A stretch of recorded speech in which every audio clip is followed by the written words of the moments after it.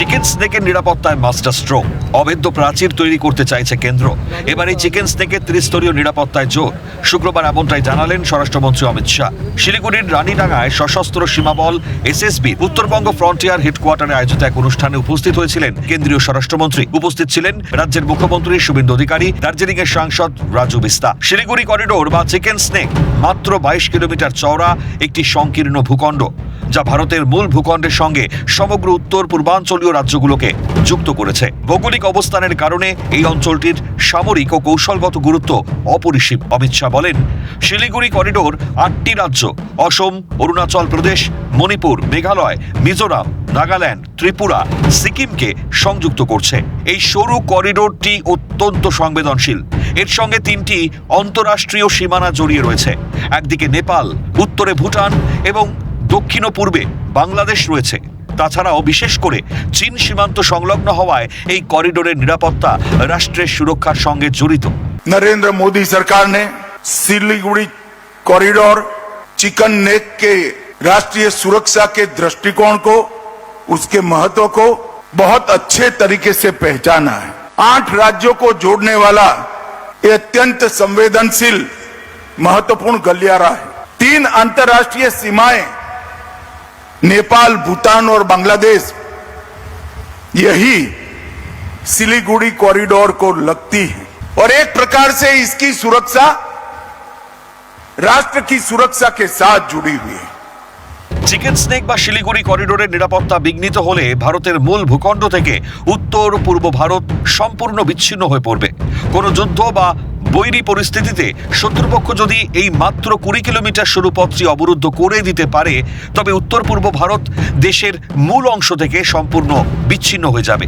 পাশাপাশি দেশের সার্বভৌমত্ব ও অর্থনীতি মারাত্মক হুমকির মুখে পড়বে বলেই মনে করা হচ্ছে।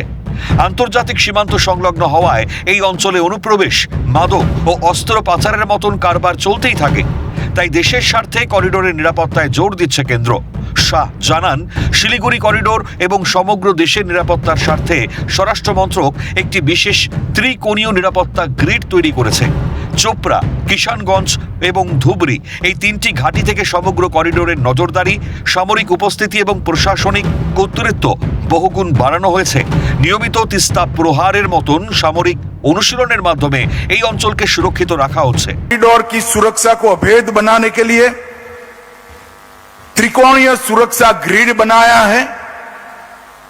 चोपड़ा, किशनगंज और धुबरी, ये तीनों बेस से पूरे सिलीगुड़ी कॉरिडोर में हमने जागरूकता भी बढ़ाई है, उपस्थिति भी बढ़ाई है और यहां पर वर्चस्व भी बढ़ाया है। তবে বিগত 15 বছর ধরে মমতা সরকারের উদাসীনতার কারণেই এই চিকেন স্নেকের নিরাপত্তায় বিঘ্ন হয়েছে। ফলে এদিক থেকে যেমন বেড়েছিল অনুপ্রবেশ, তেমন জঙ্গিদের মুক্তাঞ্চলে পরিণত হয়েছিল রাজ্য।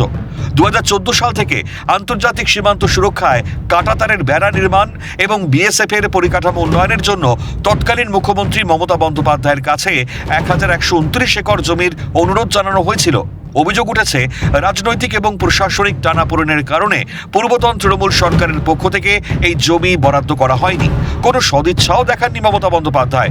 জমি না মেলার কারণে আন্তর্জাতিক সীমান্তে কাঁটাতারের বেড়া দেওয়ার কাজ ব্যাহত হচ্ছিল, যা পরোক্ষভাবে করিডোর অঞ্চলটিকে অনুপ্রবেশ এবং জাতীয় নিরাপত্তার ক্ষেত্রকে দুর্বল করে তুলছিল। 2026 সালের বিধানসভা নির্বাচনে রাজ্যে ক্ষমতার পালাবদলের পর নতুন মুখ্যমন্ত্রী হিসেবে দায়িত্ব নিয়েই শুভেন্দু অধিকারী এই জাতীয় নিরাপত্তা ইস্যুটিকে সর্বোচ্চ অগ্রাধিকার দেন। শিলিগুড়ি করিডোরের অন্তর্গত অতি সংবেদনশীল এই জমি সরাসরি কেন্দ্রের হাতে তুলে দেওয়ার প্রক্রিয়া শুরু করেছে রাজ্য প্রশাসন। মুখ্যমন্ত্রীর এই পদক্ষেপকে সাধুবাদ জানিয়েছেন অমিত শাহ। और ऐसे